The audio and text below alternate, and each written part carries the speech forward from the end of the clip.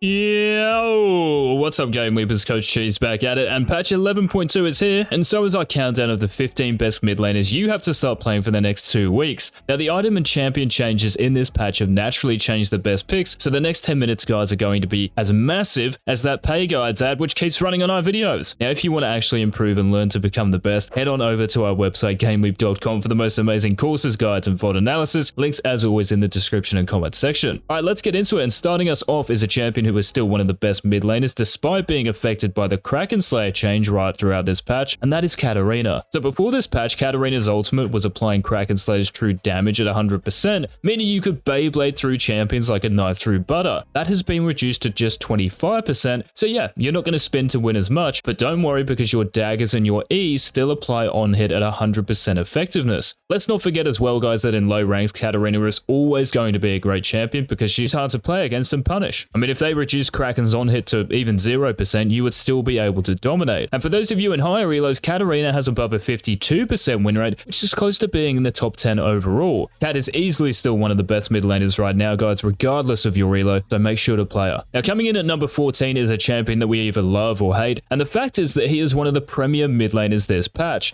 Nothing has really changed in regards to the 11.2 patch notes, and that's a good thing, because YASUO is still going to give you more wins than he has ever done, and that's because you only need 2 crit items for 100% crit. So before Rito changed your passive in 11.1, you needed 3 crit items to max out. So not only is it now cheaper to achieve the same thing, this power spike is one of the earliest and biggest in the game, and this is when matches are typically won and lost, you know, after you buy your mythic and 1 or 2 other major items. Now in low elo, Yasuo is always going to be successful, right? Because like KATARINA, his weaknesses are less exploitable, so you can hit your early and mid game power spikes for free. Make sure you build an immortal shield bow and infinity edge as your first 2 major items, and you will kill it. Now just ahead of Yasuo, we have a champion that received some love this patch, and this is why he is back among the best mid laners, and that is none other than NOCTURNE. Now this is what Riot said regarding the changes you see on the screen now. NOCTURNE is falling behind his jungle power, so it's time to give his shadows, paranoia, and all around darkness some more stage time. But these changes are actually insane for Noc mid. You can clear waves faster and chase enemies with more Qs, and you can use your ultimate more often in the make or break early to mid game. Now before you run off and start playing Noc, there is a build you must use that not many NOCTURNE players are familiar with. So you want to rush Eclipse as your mythic item, then Blade of the Ruined King and Black Cleaver. This gives you damage, attack speed, survivability, movement speed, everything you would want to win games, so try it out. Now up next at number 12 guys is a champion that is also affected by the changes in 11.2, but not in a good way. Now when I say that, the alarm bell should not be ringing because you see, as Galio you will still be one of the best champions this patch. The fact that Galio has almost a 60% win rate in high elo goes to show how good he is, and even in low elo he has a top 5 win rate. Now you might be wondering how much goon I've consumed to not put Galio higher, and the reason is this: Rocket Belt got nerfed as you can see, meaning you won't be able to engage as frequently and as easily as you were before. Now this will be felt more in higher levels of play because players don't just let you walk up and taunt them for free, you know, you have to work for it, but in gold and silver every AD carry thinks they do more damage if you taunt them. Now this indirect nerf, I'll be honest, will have little impact, and as Galio you are the best team oriented mid laner because of your crowd control on ultimate, so pick up the Colossus this patch guys. Alright, next up in the countdown we have a champion that is benefiting greatly from the Umbral Glaive buff, and yes,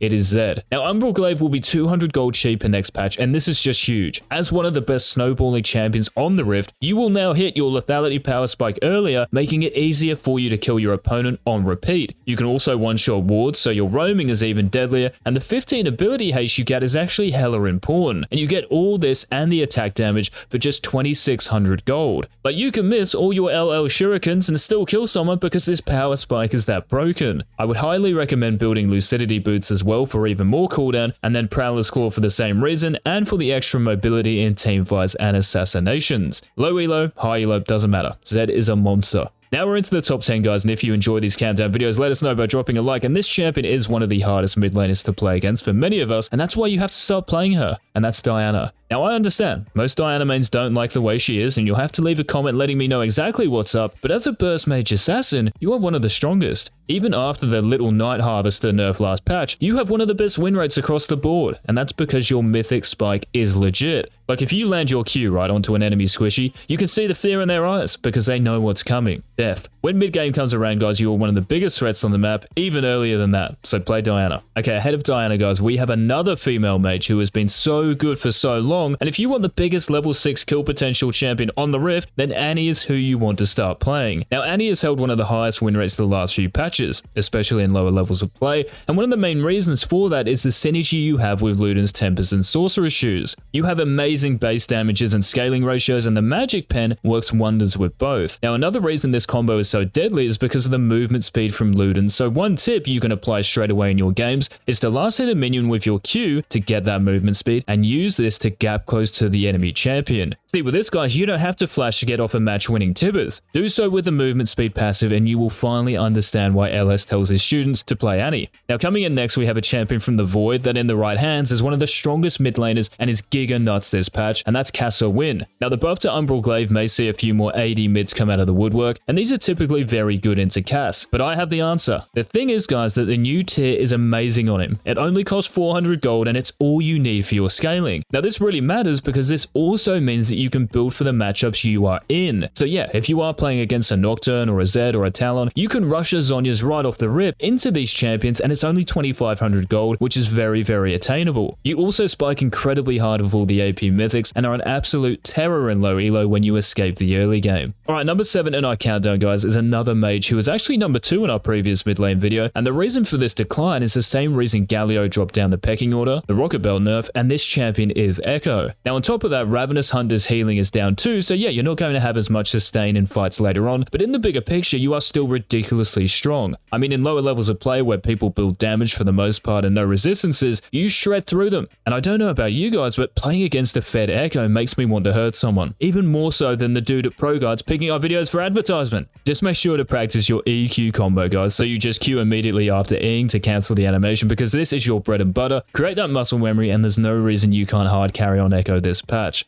Okay, up next we have another AD mid laner who you should definitely consider playing, because with a bruiser setup, this assassin becomes even better, and this is Talon. Now that sounds kind of whack, right? Building bruiser on a one-shotter, but guys, after the nerfs to Duskblade's burst damage and how good Gore Drinker is still, the better build is actually to go Gore Drinker, Ravenous Hydra, and Black Cleaver. Yes, it's weird, but trust me, you are going to win that many games because you have the wave clear you desperately need, especially after Tiamat got changed. You still have really good damage and tankiness that you don't have if you go full glass cannon lethality, so try it out. We're now at the top 5 for 11.2, guys, and last reminder to check out our red hot website GameLeap.com when this video ends. We have everything you need to climb out of elo hell, so join thousands of others and get signed up, links down below. Okay, coming in at number 5 is the easiest champion to play on this list for free wins this patch, so if this sounds tasty, you have got to start playing Malzahar, who has been one of the best mid laners for multiple patches now, and nothing is changing. In this meta, Malz is great, because think of all those assassins you play against, like Zed, Akali, KATARINA. What are they going to do when you press R? What can they do? You are the ultimate assassin counter. Now, your passive is also great because it's hard to pop, especially for these melee champions, and your wave clear is crazy, so these strong roamers can't roam at all, unless they want to lose their turret in 3 waves. Now, just ahead of Malzahar at number 4, guys, is a mage who has been killing it since her buffs in 1025, and that's Anivia. Now, how many of you have ran into a QE from Froggen's Bird since the changes? It hurts.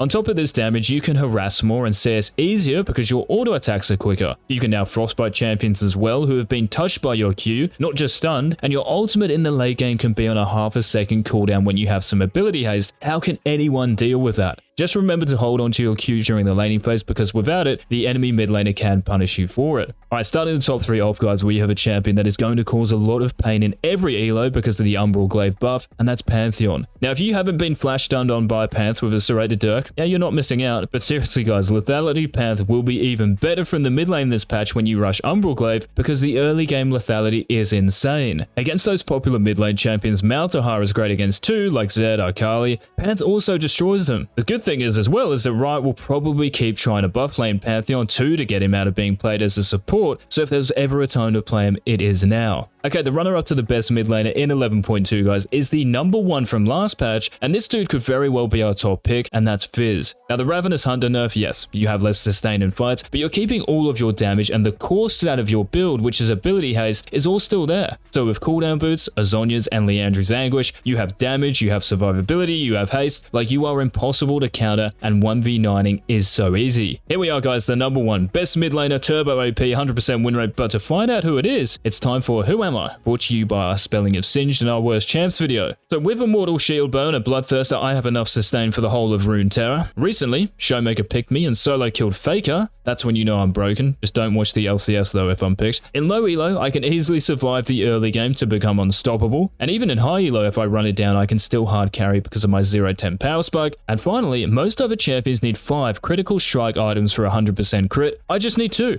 Guys, congratulations if you got it. The best mid laner to play in 11.2 is YONE, and let us know in the comments if you agreed or disagreed with our list. Thanks so much for watching, and until tomorrow's video,